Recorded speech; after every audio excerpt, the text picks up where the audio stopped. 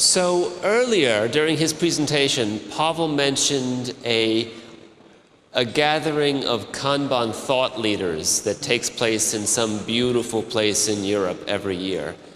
And I went for the first time 2 years ago. I was flattered to be invited because I am not a thought leader. I'm just a tool vendor that once donated a lot of money to the cause. And so I was surrounded by all of these people who are thought leaders. And I read the blogs of thought leaders, and I knew what thought leaders were. Thought leaders are, in my mind, people who have developed a thought. Many thought leaders have one great thought that they develop and build a whole career upon. And it was at this conference where I was surrounded by all of these brilliant people that I developed a new appreciation for what thought in our community really is. And it was while I was having a conversation on a hike with a woman who I hadn't heard of before. And I don't know why I hadn't heard of her before.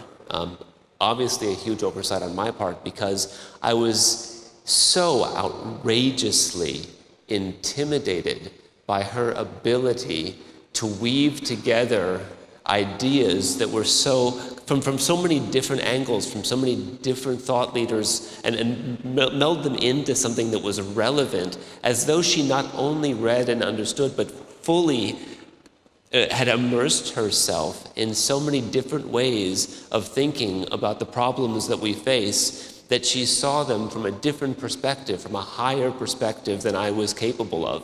And so I was so incredibly terrified of this woman, because she really impressed me tremendously, that I didn't invite her to ACE last year because I didn't know how to talk to her. Later, I found out she's actually really, really nice, and I should not have been scared in the first place, but I am still amazingly impressed. Liz Keogh has a fantastic blog. You should definitely read it. It's at Lunavore. I hope I'm pronouncing that correctly. And she is going to do her magic today, and her magic is all about weaving together all of the various ideas that are swirling around our community, specifically thinking about about change, which is one of the big human issues that we're going to be dealing with at ACE this year. Other than that, the only thing that I know about what's going to happen is that she never gives the same keynote twice, so we're going to have entirely new material, and from the sounds of it, material largely put together last night. So that's all I can say. Please welcome Liz Keogh.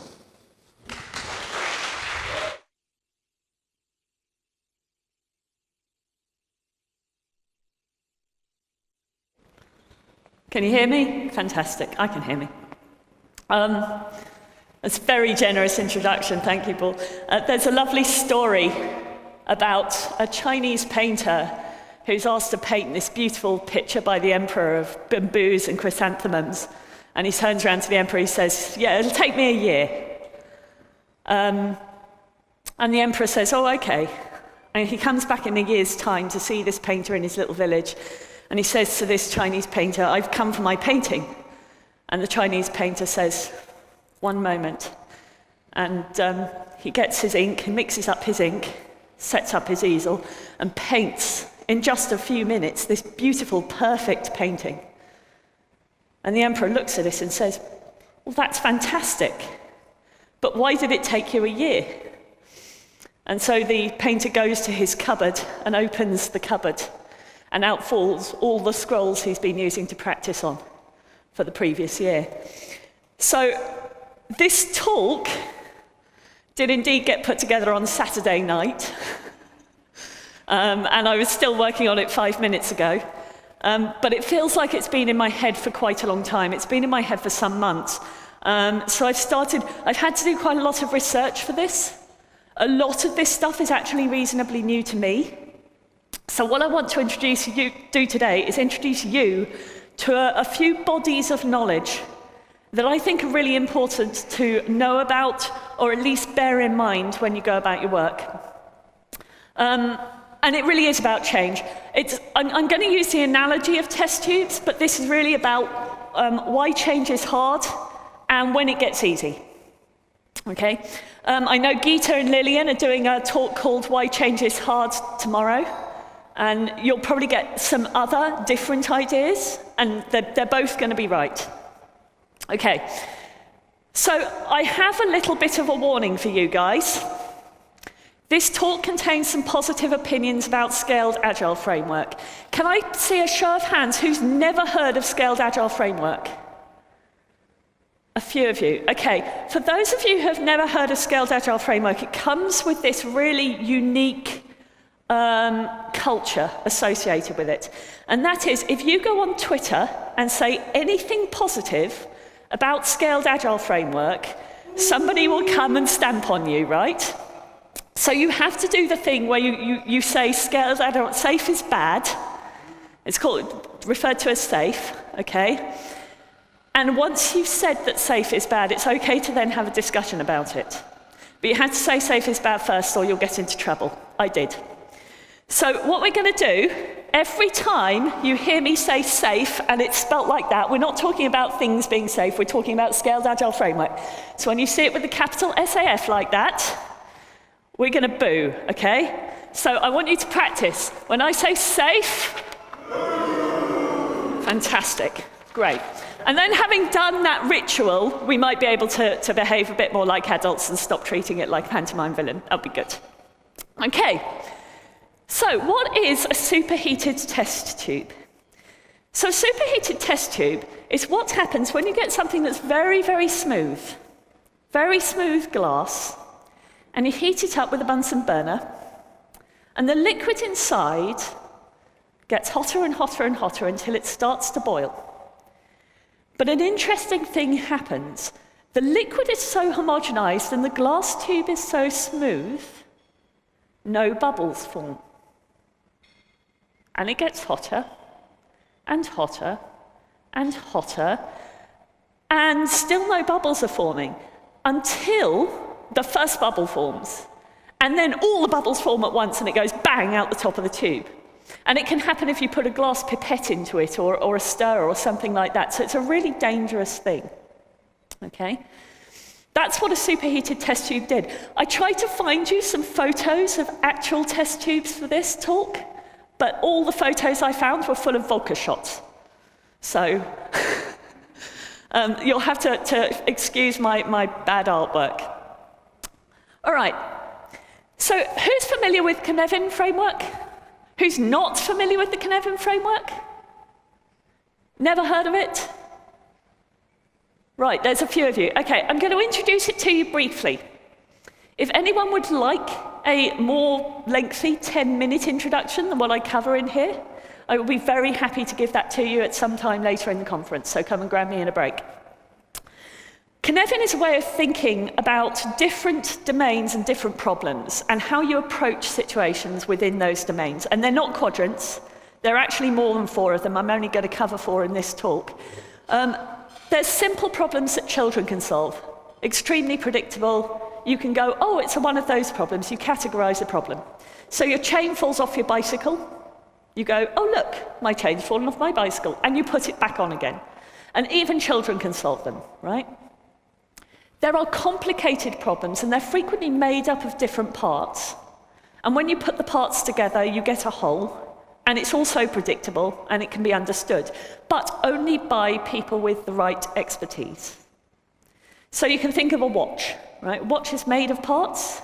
You put it back together again, and a watchmaker can reassemble a watch, and it works as predicted. If it doesn't, it's not a very good watch. And a mechanic can fix your car. And you being experts, if I say to you, user registration, you probably know how to do that, right? It's complicated. But it doesn't have very many emergent discoveries associated with it. Over this side of the Keynesian framework, we have uncertainty. And in the complex domain, we get emergent outcomes.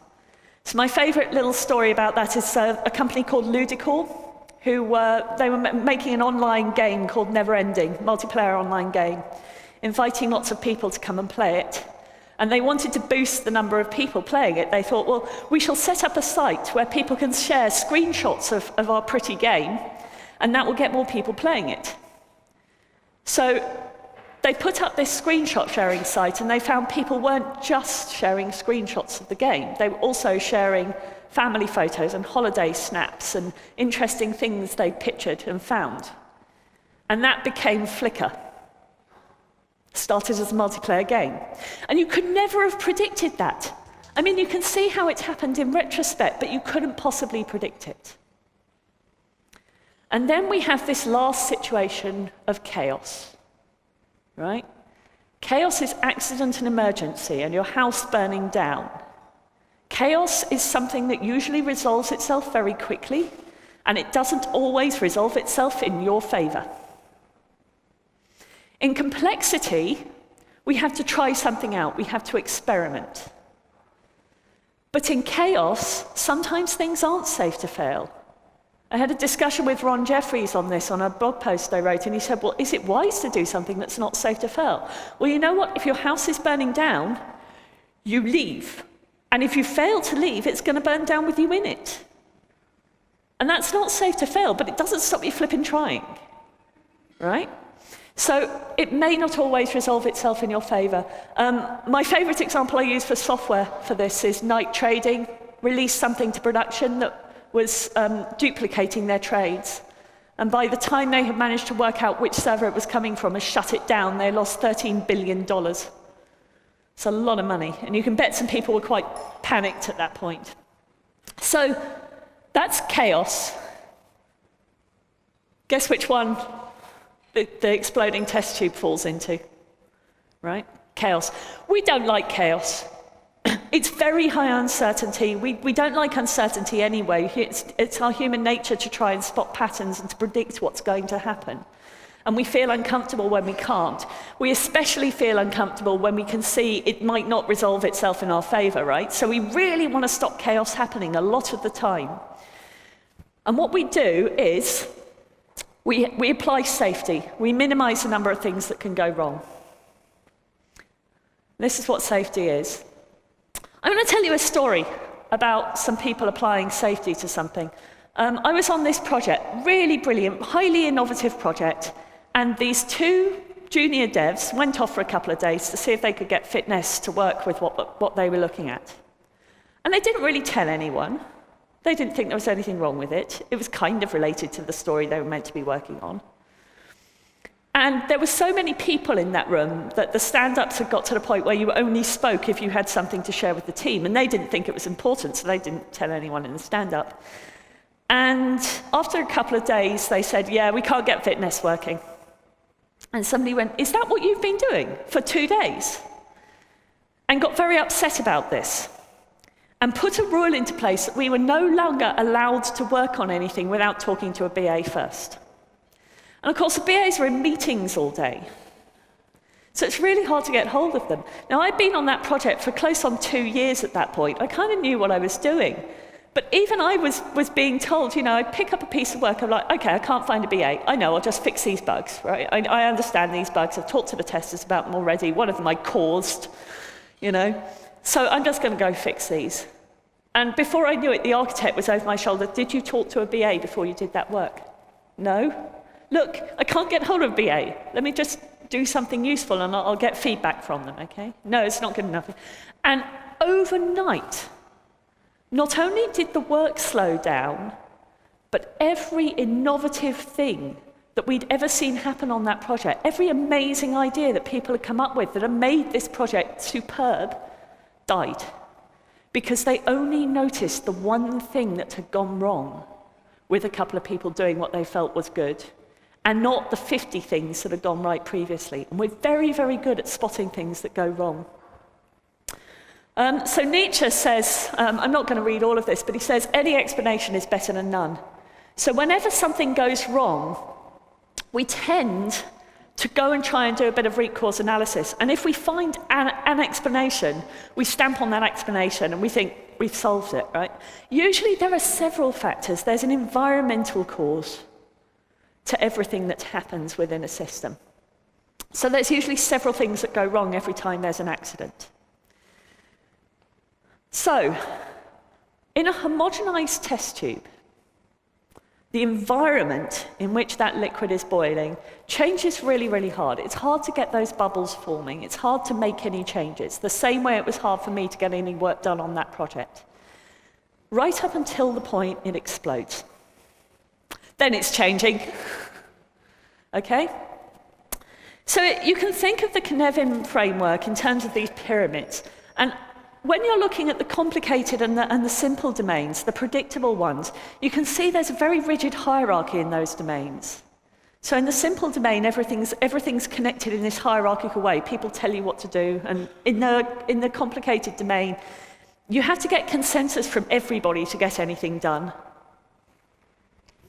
Sorry, if somebody can grab my boo sign. Don't worry, we will get to use it. Cheers. Right. For complexity, it really helps to connect the guys on the ground, the workers, the people who actually know what the real problem is, because they're the ones who experienced it and, if you're in software development, usually caused it, right? So we know what's happening. But in chaos, everybody acts as an individual. In chaos, we look after ourselves first. Do you remember being on a plane and the mask fall from the ceiling? And they always say, put your own on before you help someone else, right? So in chaos, everybody is out looking out for themselves, but it means we've got nothing to lose. And we can actually come up with really novel ideas working on our own. So why is it that change becomes hard? Why don't we have this really imaginative society? Why is it really difficult to get people to adopt Agile in the first place? Well, the reason is this J-curve of learning, right? What happens is you start off good at something, relatively good, and then you learn a different way of doing it. Now, I used to be a flute player. I haven't played for ages, but when I was a kid, I was a flute player. And my first flute teacher got me into some really bad habits. Really bad. And that was fine for my grade 5 exam. I kind of got away with this and scraped through. But when I started getting up to grade 7, which is starting to approach professional level, suddenly my bad habits weren't letting me progress. They weren't letting me pass the exam. I found a different flute teacher who was prepared to help me undo those habits. And she took me right back to grade 2 and 3. Stuff I'd been doing in junior school, right? She took me right back to that level so I could learn the right way of doing it, a better way of doing it. Now, if you do that in an organization, and you're teaching an organization a new way of learning something, the organization has a certain tolerance for change. And if you overwhelm that threshold, if you go beneath that threshold for change, they will reject the change.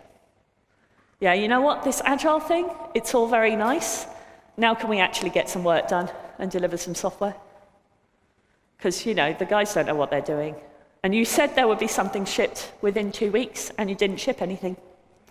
You know? You ever heard that? My friend Marion Willicke, she has a thesis in adult learning, and she's applying Agile techniques to university curriculum design, of all things. Turns out they had a pattern that was a lot like waterfall, and she's been reducing the amount of time it takes to develop a curriculum from 9 months to 3 weeks. She says that people also have to change their identity in order to learn. So I believe I'm a good flute player. I have to learn that I'm not a good flute player, right? And that's difficult. It changes the way we interact with people. And you can imagine, flute playing is something that I do for fun. When it's actually your work, and you believe you're good at that work, and now you have to learn a different way of doing it and a different way of interacting with the people around you, it's quite tricky. Corporations have identities too. And what we frequently see is that when you get a little Agile team kicked off, the organization will act to wipe that team out. And they may not even realize they're doing it, but they'll do it in different ways. So, for instance, your team might be asked, can you do a presentation on how amazing that project was? And you do the presentation, and they're like, yeah, that's really nice, and we're glad it worked for you, but it's not how we work. We're not going to do it again. Right? Or they'll take your team, and they'll say, okay, well, obviously that was a very easy project. and your team was extremely successful because they're all obviously really great devs, and that was why it worked. So what we're going to do, we're going to take the really great devs and put them all in different teams so they can pass their skills on to those teams. And of course, it gets diluted and then it's gone. So this is how organizational antibodies act to stamp out change, to stamp out things that don't fit their identity. It's like having a bone marrow transplant, right? If you get injected with somebody else's bone marrow cells, you have to keep taking anti-rejection tablets, or your body will reject it, even though it's a good thing for you. However, when we're in chaos, our tolerance for change grows. We're ready to embrace change. We're ready to act. We just want somebody, some direction. And command and control in this situation actually works. Doing top-down, big bang approaches to change, revolution, can be the right thing. You want to throw some constraints around it and actually give a framework in which people can act. So Alan Carter has this thing about packers and mappers, people who collect information and people who synthesize patterns. But he does talk about how to traumatize a person, and I thought it was particularly relevant for this talk. So this is how he describes how to traumatize a person. You nuke them twice. You take apart their rigid, industrial, feudalistic society. It's very, this is Japan, right? So it was very early industrial, just starting to lose their feudalism. You tell them the invader, America, is going to be moving in, and then you leave them nothing to eat. And in that situation, a country like Japan is now ready for change. They want change. And they will take it, even if it comes from the enemy. So into this walks W. Edward Deming with his statistical process control. He was actually asked to go over and help out with the census because they were trying to do a census and couldn't even make a phone call to Japan to get stuff sorted out. But the engineers took on his ideas and thought, this is fantastic. We really love this. We want to do this. And his ideas have fallen flat in America, but in Japan they were embraced.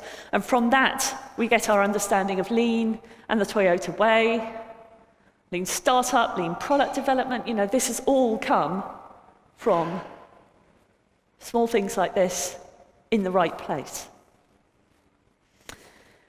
But revolution is painful.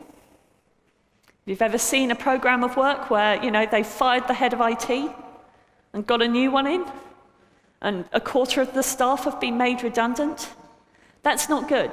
It's not what we want. It would be so nice if we could, instead of having this exploding test tube, have these gentle, simmering bubbles of change instead. So how on earth do you get the gentle, simmering bubbles of change? Well, I can tell you what it looks like. It looks like this. This is continuous improvement, sometimes called Kaizen, but we try and avoid the Japanese words. We have a little J, a tiny little change. And it's usually a change that's come from within the team. So we're also giving them the habit of changing themselves, which is a really good thing. It can be quite long-lasting. And it's not going to spring the organizational threshold. It's little change, and then another little change, And we keep doing this until we reach this new level of effectiveness.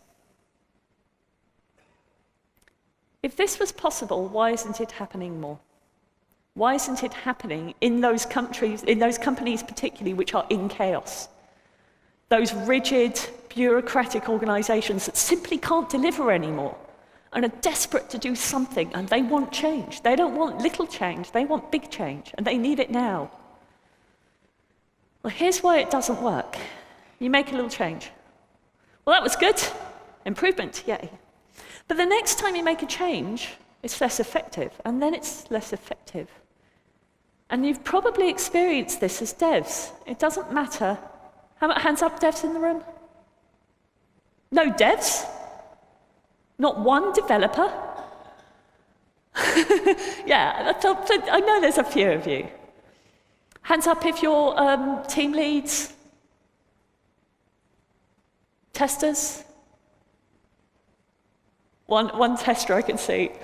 Please don't shoot me. Hands up coaches, process consultants. I'm going to come around and find out what the rest of you do. Okay.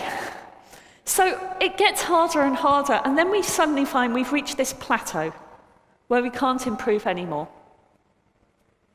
And at the point you reach that plateau, people start getting a bit demotivated as well, because they really want it to be better. They can see it could be better, and they just can't make it happen. There's a gap.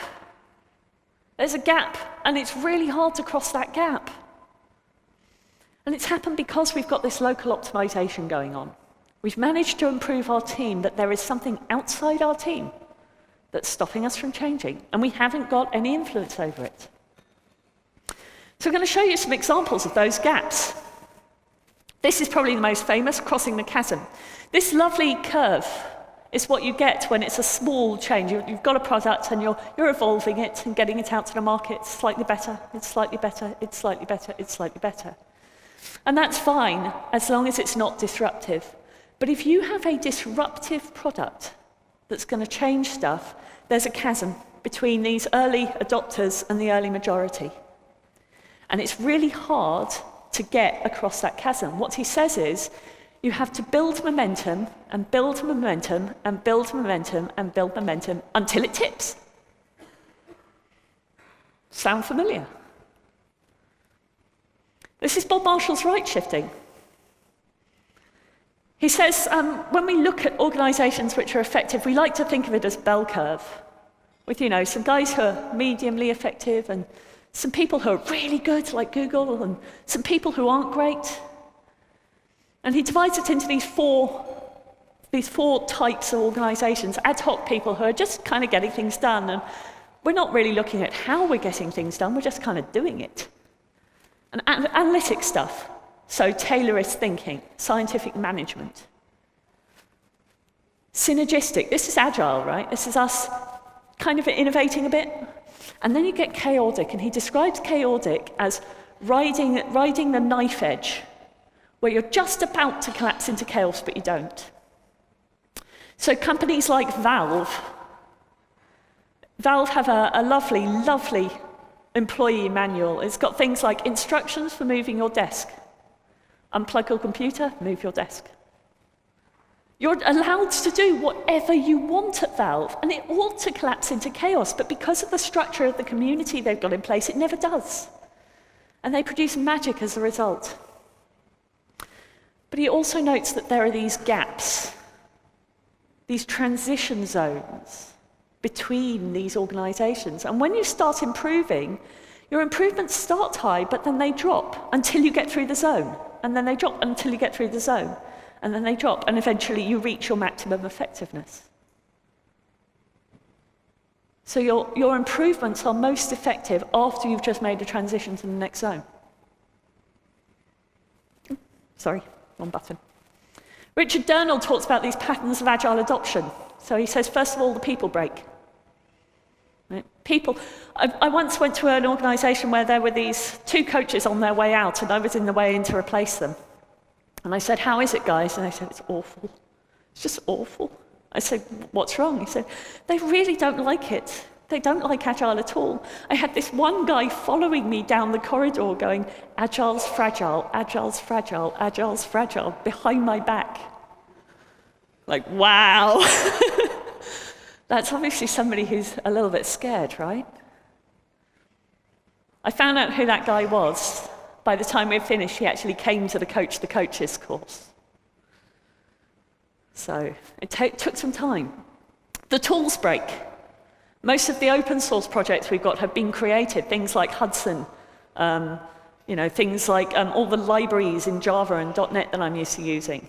They've all been created because our current tools just didn't support the way we were working anymore. We've virtualized stuff so we can get hold of test servers. The governance process breaks. I remember when I was on one project, we did all the really risky new things up front first, so that we could upfront that risk. All the things that we weren't sure whether it was going to work or not, we tried out just to see if the project was actually on a sound basis. And our project manager was yelling at us going, why don't the estimates have any correlation with the amount of time you're spending on these things? And we're like, because we've never done any of them before, and when we told you we knew how long they were going to take, we were lying. Right? We were making it up because you told us you wanted a number. If anybody does that to you, by the way, there's a lovely site called estimategoat.com where you can rub the goat and it will give you a number. The customer breaks. I've always said the best way to get your stakeholders involved is to ship them something that's wrong. And then they'll look at it and realize they actually need to engage with you if they want to get it right. But they're not familiar with spending that much time working with the dev teams. They're used to doing a bit at the beginning where they get the document together with the BAs, and then it gets handed to you and they never get to speak to you again. And now they're having to sit in the room with you every day, frequently while they're trying to get their usual day job done as well. Then the financial controls break. How on earth do you budget for a project where you don't know what the scope is, or you don't know what the schedule is? And then the organizational structure breaks. Because if you're measuring individuals with KPIs and the testers are being paid depending on how many bugs they find, and there's bonuses and gaming going on, that will not allow Agile to survive, so that breaks. So what do you do if you're in this chaos? Well, Dan North, who's the guy who taught me BDD, longtime friend and mentor, he says if we're in chaos and everybody's trying to get stuff done, but they're all pushing against each other, what you want to do is get them all aligned. And he said, if that means top-down teaching them all Scrum, you do it. Right? And when they're all aligned, when they understand what the purpose is, what directive is, then you can get them to innovate. You can start allowing that innovation to happen again. And it'll be happening. It might change the direction of the company, but it's going to be roughly in the right direction. Let's talk about SAFE. Right. See, when I heard about SAFE, I thought it was that kind of thing. We're throwing some constraints around the chaos to get everybody aligned. I thought it looked a lot like Dan's pattern. What I've realized is, it's not always sold that way, right? It is not suited for organizations which are already working. It really is heavy on the constraints. You do not want to apply it to organizations that are already shipping regularly. It's really suited for those big, bureaucratic, rigid organizations who are in chaos because they can't actually ship anything. But they don't know what to do anymore because obviously their rigid structure is not working. So they're looking for something to give them some guidance.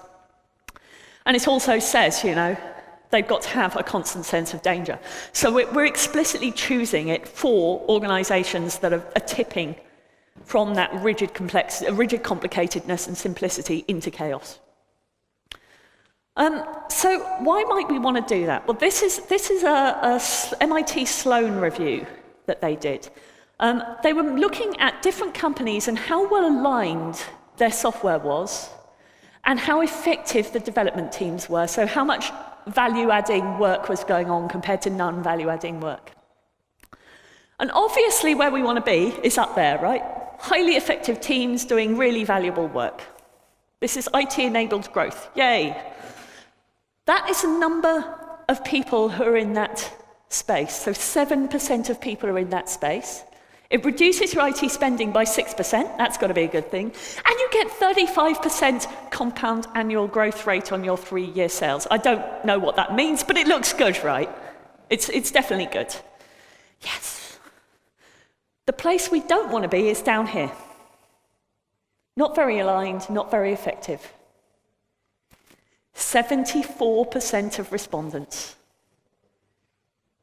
Not really spending any extra money on maintenance, but their sales are dropping year on year. So what do you want to do? Do you want to go down the route of being able to have really effective devs who are delivering the wrong thing?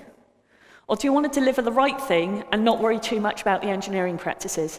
Tom Gilb, who's talking tomorrow, I believe, he has this thing called a mafia offer. Your money or your life. You can choose one, but not the other, right? If you had to choose one, engineering practices or alignment? Which would you choose? Well, Old IT has 8% of people are here. They are reducing their costs by 15%, and they're getting better sales.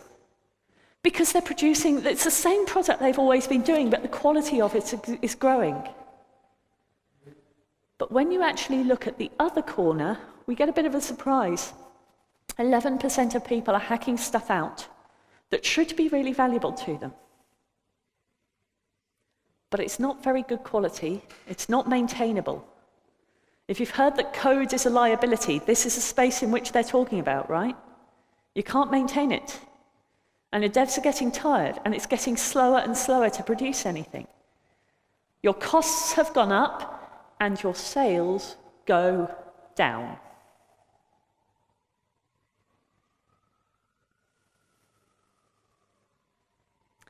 I like to think that a little bit of that buys you a little bit of this, buys you a little bit of that, buys you a little bit of this. There might be some diagonal path to reach that thing. But if you absolutely have to make a choice, learn how to build things right before you try to build the right thing.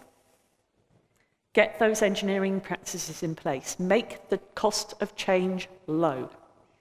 You cannot experiment when the cost of change is high and expensive, because your experiments will not be safe to fail. Let's talk about safe.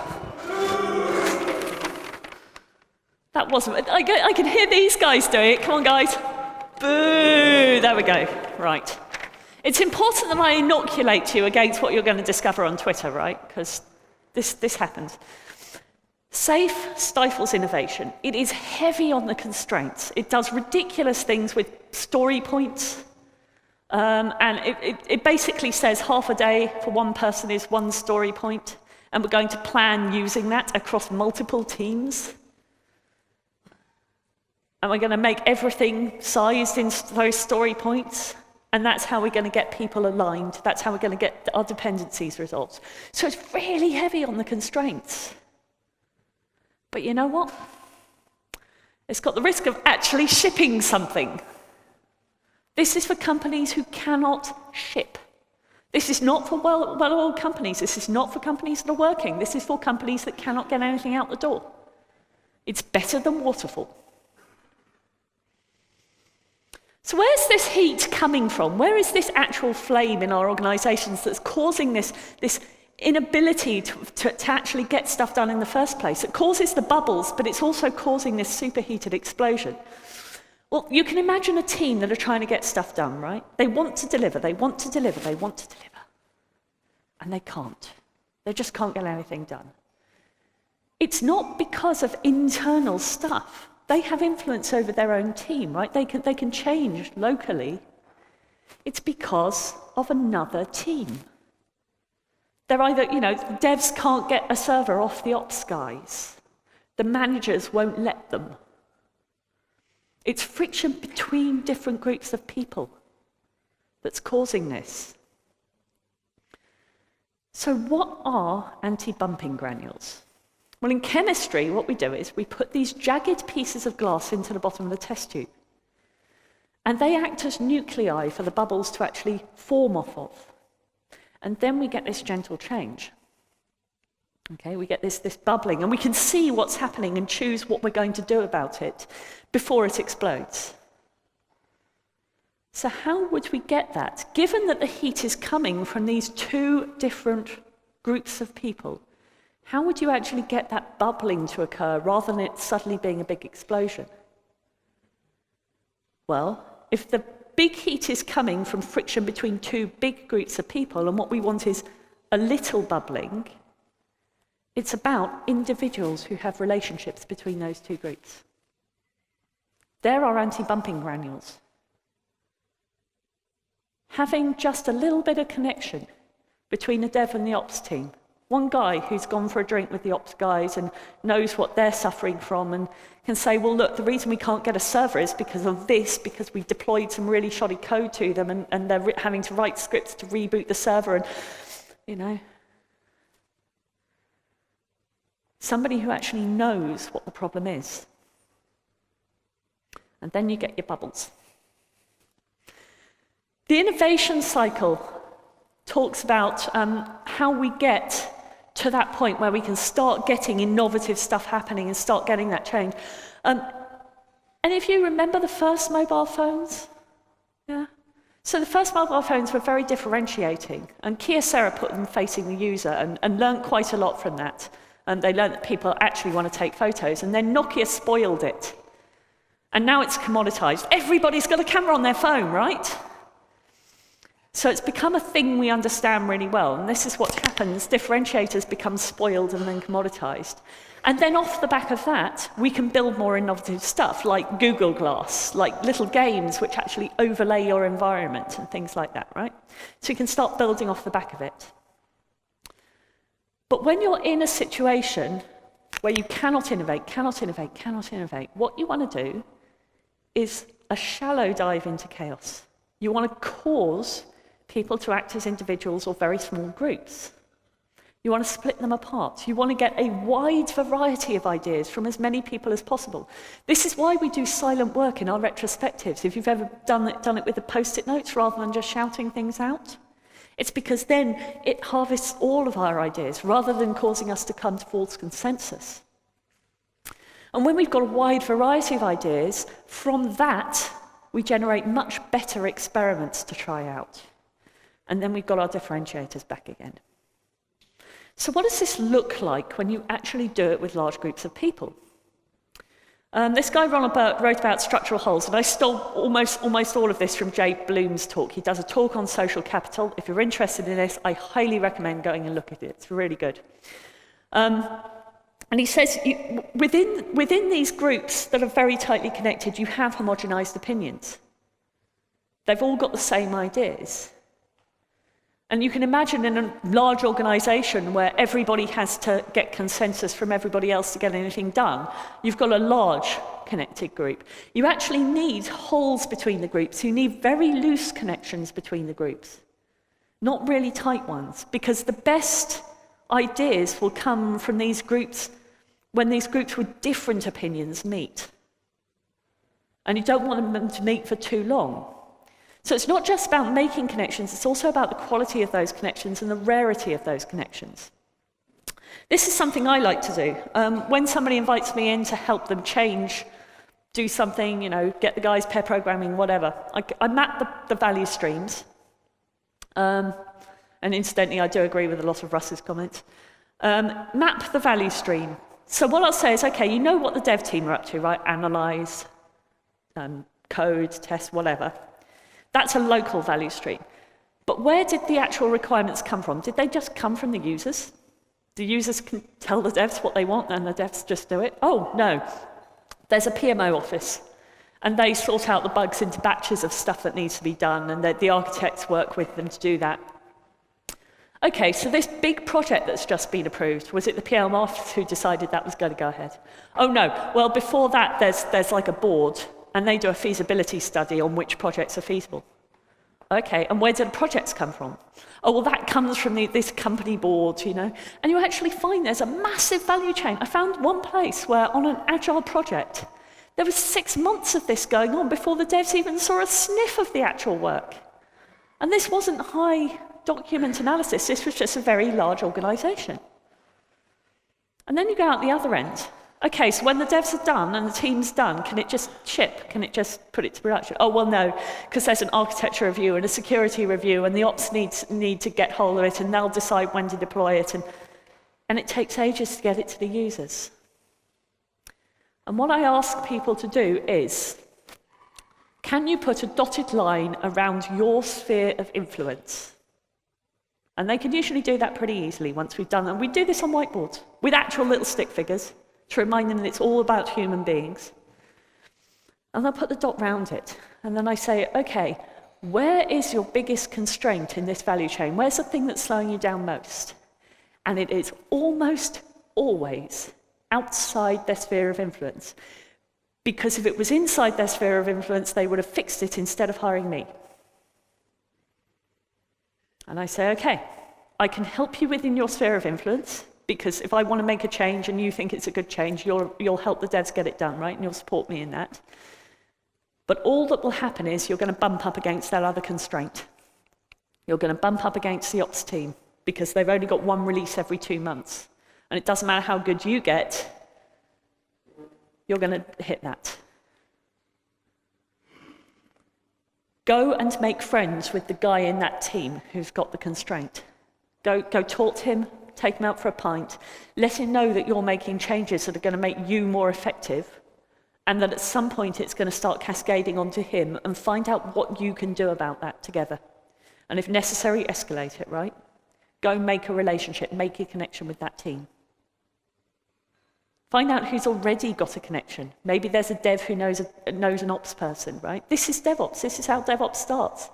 DevOps is just when a dev and an ops person get together and have a pint and a bit of a chat about what they can do to help each other. Here's another model. This Pareto teams, Jade Bloom's talk again. I've stolen it from that. What he does is they rotate 20% of the team members around. So they keep this core, but the ideas are always coming in fresh. Very loose connections. This is Spotify. They have squads. The squads are arranged into tribes, so the squads are each working on one thing, and then the tribes are working on related things. They have chapters which cross the tribes, but they're only ever done within the tribe. So things like the web devs will have a chapter. The testers will have a chapter. So although you've got cross-functional teams, you also have these communities. And then they have guilds, and the guilds cross the entire organization. And anyone who's interested, people who want to become an Agile coach can join the Agile Coaches Guild. And these are supported by Spotify.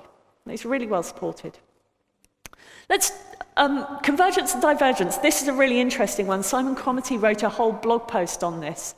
And he says what they do is they explicitly choose whether to put people in teams or pull them out. So he uses the example where they're putting one HR person in each division so that HR become familiar with how their work actually interacts with the people on the ground. So they're diverging HR, but at the same time, ops, who've been sitting with the dev teams for ages, now the devs have a much better understanding and a much better relationship, so they're putting ops central again, so that the guys can work together and share expertise. So they're making that very explicit choices. And he says standardization is a waypoint. It's a journey, and you keep doing these cycles. Let's talk about safe. Yeah, I don't need to hold up the sign anymore. On the surface, it looks a lot like what Spotify are doing, right? We have these agile release trains, which are programs of related work that need to happen. And I really love the analogy. We're getting on a train. We're all getting on the train together. And every so often, we're going to stop the train, and we're going to dump off some luggage we don't want anymore. We're going to bring on some new cargo, and we're going to deliver the cargo we've got to where it needs to be if it's in the right place. It's a really great analogy. I love it. It does involve putting absolutely everybody in a room together for 2 days. And as a dev with very limited patience, I can't stand that idea. But apparently, even within that room, they work in very individual groups. Martin Burns, who's here, and he's the person who taught me SAFE, he's over there. He was watching us all trying to do our planning in just two small teams together, and quietly watching it fail and giggling at us. Right? The idea is you do your planning as individuals, but if you do find dependencies, the other teams are in the room so you can talk to them. So there is that loose relationship. And also remember that you've just shaken up an organization which have very strong role-based communities anyway, because there used to be a testers team, a dev group. So those relationships are already in place. So I think there is a tacit community. I would love SAFE to have more explicitness about that. And then it would look a lot more like Spotify, and people would probably complain a lot less about SAFE. This is Chris Matz, another of my favorite people. He has this thing called distributed consciousness. So Chris used to go to conferences and learn stuff. And then he found there was way too much to learn. So what he did was he'd go, oh, Liz, which session are you going to? Oh, that's great. No, that's really good. Oh, Mark, which session are you going to? Oh, the same one as this. Well, look, Liz is going to that session. Why don't you go to this other session? And you two tell me what you thought, right? We'll meet back here and you tell me what you thought. So he's shortcutting going to all the sessions by getting us to learn for him. But then he found that even that was too much. So all he does now is get people to go to the different sessions, remember who's learning what, and then when somebody needs that expertise, he goes, oh yeah, I know a person you can talk to, and connects them. And that's what we call information broker. So he's become an information broker, but it has the effect of spreading his learning amongst multiple people. So we say he's managed to distribute his consciousness amongst the community now as a result of this. He doesn't actually do learning except through other people. It's not quite true. My favorite example of Chris connecting people very quickly was when we were at Agile 2009, 44 floors of this skyscraper, and the penthouse had a bar in it. So we met up in this penthouse bar, and as I walked in, Chris is there sitting in this big well of seats. And he goes, oh, Liz, have a beer. Hands me a beer. Oh, thank you, Chris. And immediately I can just dump my bags. I don't have to queue up at the bar, wishing I was joining that group over there, feeling like an idiot, and then sidling in to see which conversation I can join. He immediately brings me into the group. And it was great for newcomers who are new to that environment, because large conferences like Agile can be quite intimidating. I found it. Even though I've been to a lot of them, I still find them quite intimidating. So it's very welcoming. And then the barman comes around and goes, Chris, can I get you a drink? And he says, yeah, beer for anyone who needs it and 2 for me. And he gets these 2 bottles of beer, and somebody walks in, and he goes, Mark, have a beer. Right? So immediately that person comes in, and I said to him, well, what happens if nobody comes in? And he goes, what do you think? I like Chris. So I promised as part of this talk, I would give you an idea about what your responsibility, what your power is as an individual to make a difference. This is one of my favorite science fiction books, Permutation City. It's about people who downloading their brains into computers. But the computers aren't, Ian Banks' culture computers. They're really powerful computers, but the human beings run slower in the computers than they do in the real world. And they're copying themselves. They're not dumping their brains, so they can make multiple copies if they want to. And this one recluse, and it's an apocryphal story within this story. This one recluse is rumoured to have decided he wanted to speed his copies up. So he asked a computer to optimize them for him. And the computer gives him back a copy and says, this is optimized. And he says, yeah, it's still not fast enough. Make it as fast as it possibly can be. What is the end result of this program that is me? How fast can you reach that result for me? And the computer comes back with 0. He has no impact on the universe whatsoever. That's what our power is as individuals. It's nil. We have no power as individuals whatsoever. We make no difference to the world whatsoever until we connect with someone else, by talking to them or through the artifacts we leave for them.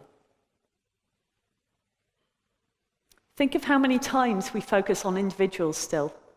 We put our names on a story card. We look at what a team is doing.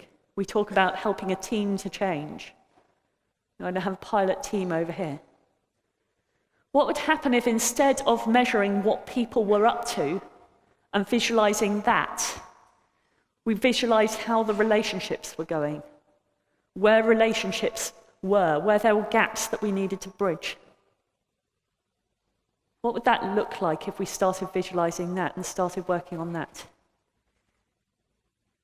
We have no power as individuals, but the power of our connections is everything. Thank you very much.